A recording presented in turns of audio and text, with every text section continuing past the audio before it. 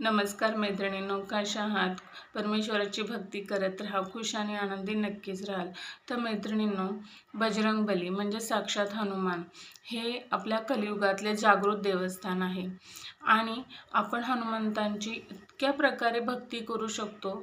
खरं तर फक्त रामनाम घेतल्यानं सुद्धा भगवंत खुश होतात, बजरंगबली खुश होतात.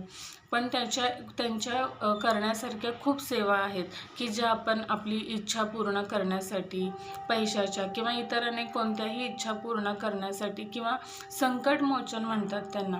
जर अचानक आपल्या घरावर एखादं संकट आलं असेल तर ते हरण करण्यासाठी सुद्धा आपण त्या सेवांचा उपयोग करू शकतो. त्यातलीच एक सेवा आज मी आपल्याला सांगणार आहे. तर तुळशीची पानं. तुळस ही जशी भगवान विष्णूंना प्रिय आहे तशीच हनुमंतरायाला सुद्धा प्रिय आहे.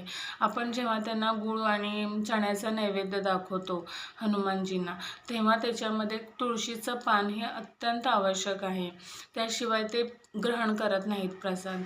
तर त्याच्यासाठी आपण आपल्या उपायासाठी काय करायचं, तर तुळशीची पानं घ्यायची 11 किंवा 21 स्वच्छ धुवून घ्यायची.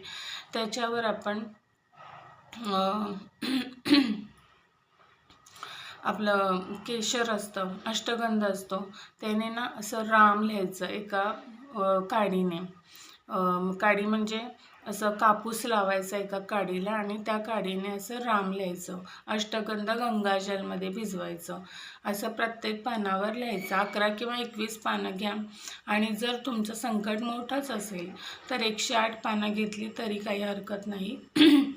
भगवंत तुम्हाला लवकर फळ देतील.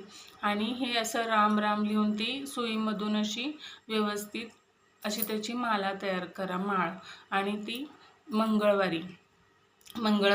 मंगळवार हा दिवस हनुमंतरायांचा असतो. ती माळ जर तुम्ही हनुमंतरायांच्या गळ्यात जर घातली आणि तिथे बसून हनुमान चालीसाचा जप करा, तुम्हाला नक्कीच त्या संकटातून भगवंत सोडवतील. आणि मनात विश्वास मात्र ठेवा. विश्वासाला पर्याय नाही. विश्वासावर तर दुनिया चालली आहे. नमस्कार.